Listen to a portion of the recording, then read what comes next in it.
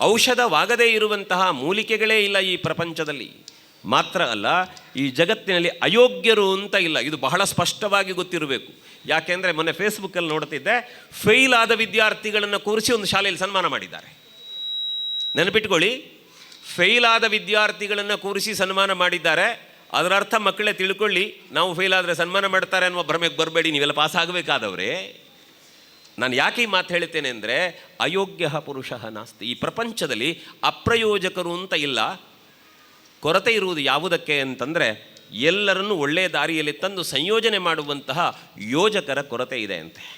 ಆದರೆ ದೇವರು ನಡೆಸಿ ಈ ಶಾಲೆಯಲ್ಲಿ ಯೋಗ್ಯತಾವಂತರಾದಂತಹ ಯೋಜಕರೆಲ್ಲ ಈ ಶಾಲೆಯಲ್ಲಿ ಇದ್ದಾರೆ. ಕಾರಣ ಬಹುಶಃ ಮಾಧ್ಯಮಗಳಲ್ಲಿ ವಂದನಾ ಟೀಚರ್ ವಿಡಿಯೋಗಳೆಲ್ಲ ತುಂಬ ಹರಿದಾಡುತ್ತವೆ. ಅದರ ಜೊತೆಗೆ ಈ ಶಾಲೆಯ ಶಿಕ್ಷಕಿಯರು ಕುಣಿತಾರೆ, ಹೆಜ್ಜೆ ಹಾಕ್ತಾರೆ. ನಾನು ಬಂದವನೇ ಕೇಳಿದೆ, ನೀವು ಇಲ್ಲಿ ಕುಣಿಯೋದಿಲ್ಲ ಯಾವ ಜಾಗ ಅಂತ. ಅವರೊಳಗೆ ವೇದಿಕೆ ತೋರಿಸ್ತಾರೆ. ಈ ಮಾತನ್ನು ಯಾಕೆ ಉಲ್ಲೇಖ ಮಾಡಬೇಕು ಅಂತಂದರೆ, ಬಂಧುಗಳೇ, ಪೋಷಕರು ಮತ್ತು ಎಲ್ಲ ಹಿರಿಯ ವಿದ್ಯಾರ್ಥಿಗಳು ನೆನಪು ಮಾಡಿಕೊಳ್ಬೇಕು, ಜೀವನದಲ್ಲಿ ಪರ ಮತ್ತು ವಿರೋಧ ಎಲ್ಲ ಕಡೆಯಲ್ಲಿರ್ತದೆ. ನೀವು ಎಷ್ಟೇ ಒಳ್ಳೆಯ ಕೆಲಸ ಮಾಡಿ, ಏನು ತಪ್ಪು ಬೇಕಾದರೂ ಮಾಡಿ, ಎಲ್ಲದಕ್ಕೂ ಒಳ್ಳೆಯದು ಕೆಟ್ಟದ್ದು ಹೇಳುವವರು ಇರ್ತಾರೆ. ನೀವು ಮಕ್ಕಳ ಜೊತೆ ತುಂಬ ಕುಣಿದ್ರೆ, ಮೊನ್ನೆ ಒಬ್ಬರು ಮೈಸ್ಟ್ರು ಮಕ್ಕಳ ಜೊತೆ ಕುಣಿಯೋ ವಿಡಿಯೋ ಹಾಕಿದ್ರು. ಎಷ್ಟು ಜನ ಪ್ರೀತಿಯಿಂದ ಅದಕ್ಕೆ ಕಮೆಂಟ್ ಮಾಡಿದ್ದಾರೆ. ಯಾರೋ ಒಬ್ಬ ಅವನ ಸ್ವಭಾವಕ್ಕೆ ಸರಿ ಉತ್ತರ ಕೊಟ್ಟಿದ್ದಾನೆ, ನಾನು ಹುಚ್ಚ ಅಂತ ಬರೆದಿದ್ದಾನೆ. ಸರಿ, ಅದು ಅವನ ಮನಸ್ಥಿತಿ ಇರ್ಬೋದು, ಅದನ್ನು ಬರೆದಿರ್ಬೋದು, ಬಿಟ್ಟರೆ ವಾಸ್ತವ ಅದಲ್ಲ. ಆದ್ದರಿಂದ ಮಕ್ಕಳ ಜೊತೆ ತುಂಬ ಪ್ರೀತಿಯಿಂದ ಕುಣಿದ್ರೆ ಹುಚ್ಚು ಅಂತಾರೆ. ಗಂಭೀರವಾಗಿ ನಿಂತರೆ ಮಕ್ಕಳು ನಡೆಸ್ಕೊಳ್ಳಿಕ್ಕೆ ಗೊತ್ತಿಲ್ಲ ಅಂತಾರೆ. ದುಡ್ಡಿದ್ದವನ ಹತ್ರ ಧಾರಾಳವಾಗಿ ಕೊಟ್ಟರೆ ಅವ್ರದ್ರ ಬೇಕಾದಿಷ್ಟೇ ಇದೆ ರೀ, ಚೆಲ್ತಾನೆ ದುಡ್ಡು ಅಂತಾರೆ. ಕೊಡಲಿಲ್ಲ ಅಂದರೆ ಅವನ ದೊಡ್ಡ ಜಿಪುಣ ಇಲ್ಲ ಅಂತಾರೆ. ತುಂಬ ಮಾತಾಡ್ಲಿಕ್ಕೆ ಕಲ್ತ್ರೆ ತುಂಬ ಕಲ್ತಿದ್ದಾನೆ, ಮಾತಾಡ್ತಾನೆ, ಅವನಿಗೇನು ಅಂತಾರೆ. ಮಾತೇ ಆಡದಿದ್ರೆ ಅವನಿಗೆ ಬಾಯಿಯೇ ಬರೋದಿಲ್ಲ ಅಂತಾರೆ. ಸಮಾಜ ಸೇವೆ ಮಾಡಲಿಕ್ಕೆ ಹೊರಟ್ರೆ ಏನ್ರಿ ಹೆಸರಿಗೋಸ್ಕರ ಮಾಡ್ತಾನೆ ಅಂತಾರೆ. ಬೇಡ ಅಂತ ಮನೇಲಿ ಕೂತ್ರೆ ದುಡ್ಡನ್ನು ಕೊಳ್ತು ನಾರುವಷ್ಟಿದೆ, ಸಮಾಜಕ್ಕೆ 10 ಪೈಸೆ ಕೊಡೋದಿಲ್ಲ ಅಂತಾರೆ. ಯಾರನ್ನು ಕೇಳ್ತೀರಿ, ಯಾರನ್ನು ಒಪ್ಪುತ್ತೀರಿ ನೀವು?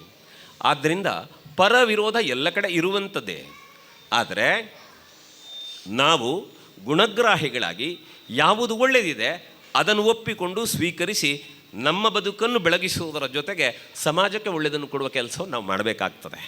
ಹಾಗಾಗಿ ಬಹುಶಃ ಈ ಶಾಲೆಯಲ್ಲಿ ಮೊನ್ನೆ ಮಕ್ಕಳು ಶಾಲೆಗೆ ಬರುವ ದಿನ ನಿಮ್ಮ ತಂಡ ಮಾಡಿದ ಮಕ್ಕಳ ಸ್ವಾಗತ ಗೀತೆ ಬಡಗಿನ ತುತ್ತ ತುದಿಯ ಕುಂದಾಪುರದಿಂದ ಲಕ್ಷ್ಮೀಶ ಅಡಿಗರು ಅನ್ನೋರು ಫೋನ್ ಮಾಡಿ ಹೇಳ್ತಾರೆ. ಅವರು ಒಂದು ಶಾಲೆಯನ್ನು ದತ್ತು ತಗೊಂಡಿದ್ದಾರೆ. ನೆನಪಿಟ್ಟುಕೊಳ್ಳಿ, ಅವರು ಲೋಕೇಶ ಅಡಿಗ, ಲಕ್ಷ್ಮೀಶ ಅಡಿಗ ಅಂತ ಅವರು 3-4 ಜನ ಅಣ್ಣ ತಮ್ಮಂದರು. ಅವರು ನಾಗದೇವರ ಪಾತ್ರಿಗಳು. ಅವರು ತಮ್ಮ ಧಾರ್ಮಿಕ ಕಾರ್ಯಕ್ರಮದ ಜೊತೆಗೆ ಆ ಊರಿನ ಒಂದು ಶಾಲೆಯನ್ನು ದತ್ತು ಸ್ವೀಕಾರ ಮಾಡಿದ್ದಾರೆ.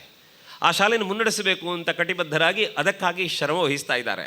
ಅವರು ಫೋನ್ ಮಾಡಿ ಹೇಳ್ತಾರೆ, ಮೊನ್ನೆ ಸರ್ ನಿಮ್ಮ ಕಾರ್ಕಳದ ಕಡೆಯಲ್ಲಿ ಒಬ್ಬರು ಟೀಚರ್ ಮತ್ತು ಅವರ ತಂಡ ಸೇರಿಕೊಂಡು ಮಕ್ಕಳನ್ನು ಸ್ವಾಗತ ಮಾಡ್ತಾ ಇದ್ದ, ತುಂಬ ಖುಷಿಯಾಯಿತು, ನಾನು ತುಂಬ ಜನಕ್ಕೆ ಕಳಿಸಿದ್ದೇನೆ ಅಂತ. ನಾವು ಬೆಳೀಬೇಕಾದದ್ದು ಹೀಗೆ ತಾನೆ. ಎಲ್ಲಿಯೋ ಕಾರ್ಕಳದಲ್ಲಿ ನಡೆಯುವ ಒಂದು ಶಾಲೆಯ ಒಂದು ಕಾರ್ಯಕ್ರಮಗಳು ನಾಡಿನಾದ್ಯಂತ ಪ್ರಸಾರಗೊಂಡು ಇಂಥದ್ದು ನಡೆಯಬೇಕು ಅಂತ ಅವರು ನಿರೀಕ್ಷೆ ಮಾಡುವುದಾದರೆ ಅದು ನಮಗೆ ಹೆಗ್ಗಳಿಕೆ ಅಂತ ನಾವು ಭಾವಿಸಬೇಕು. ಅಂತಹ ಒಳ್ಳೆಯ ಶಾಲೆಯಲ್ಲಿ ನಿಮ್ಮ ಮಕ್ಕಳನ್ನು ಅಕ್ಷರ ಕಲಿಸಲಿಕ್ಕೆ ಕಳಿಸ್ತಾ ಇದ್ದೀರಲ್ಲ, ನಿಮ್ಮ ಬದುಕು ಸಾರ್ಥಕ ಅಂತ ನನಗನ್ನಿಸಿಬಿಡುತ್ತದೆ.